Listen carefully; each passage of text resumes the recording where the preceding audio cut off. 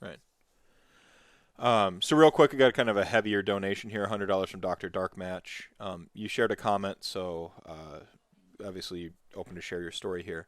So I attempted suicide in my early 20s. My wife did as well in her teens. Had zero support structure, had no one to talk to about how I was feeling when world crashed down on me.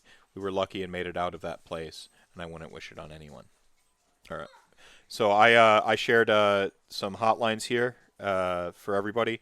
And Cantabot shared this. I'm no stranger to suicidal ideation myself. My brush was as recent as last probably September. I tied a noose and everything. It broke. So I'm still here. If it didn't break, I might not be. Who knows? Um, I didn't handle 2020 as well as I let on. I had to call. I had to call the Lifeline several times throughout 2020. So Candibot here shared some numbers. If you're in the UK, you've got the Samaritans. Australia has Lifeline. Canada has Crisis Services, and the US has their own line. Um, Sometimes you just need somebody else to talk to that's outside of your headspace. The problem I have, like, I love Molly to death. I love her and my kids to death. Um, Probably phrasing there, but I didn't mean to make it so heavy, everybody.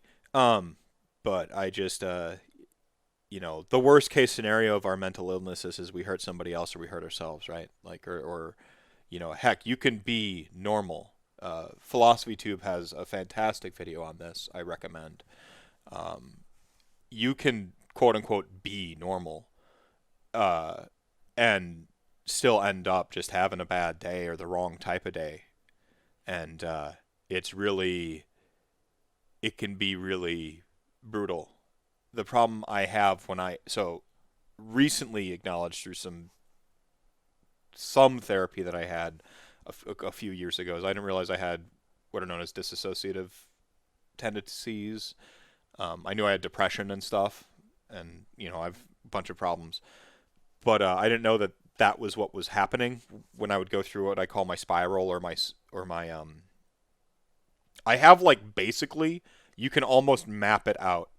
It is a pattern of behaviors and thoughts that go through me.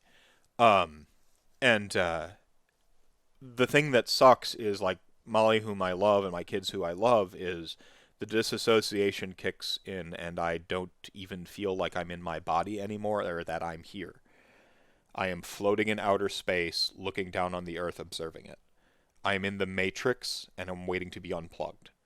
Like it is difficult to describe, but with my family, it feels like they're locked in here with me, and so their voices don't always bring me back because they're floating in space with me too, obviously, right?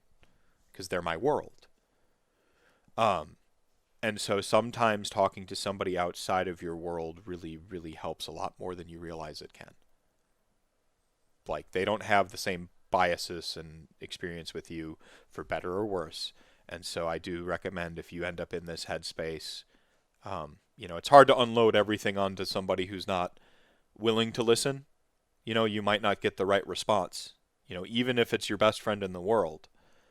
But these hotlines are set up with people willing to listen. So that's my bit. And I'm sorry to make it heavy, but thank you so much, Doctor Dark Match, and thank you everybody who's donated so far.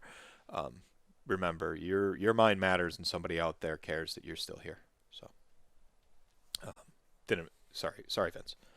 No, no issue at all, buddy. That was very good.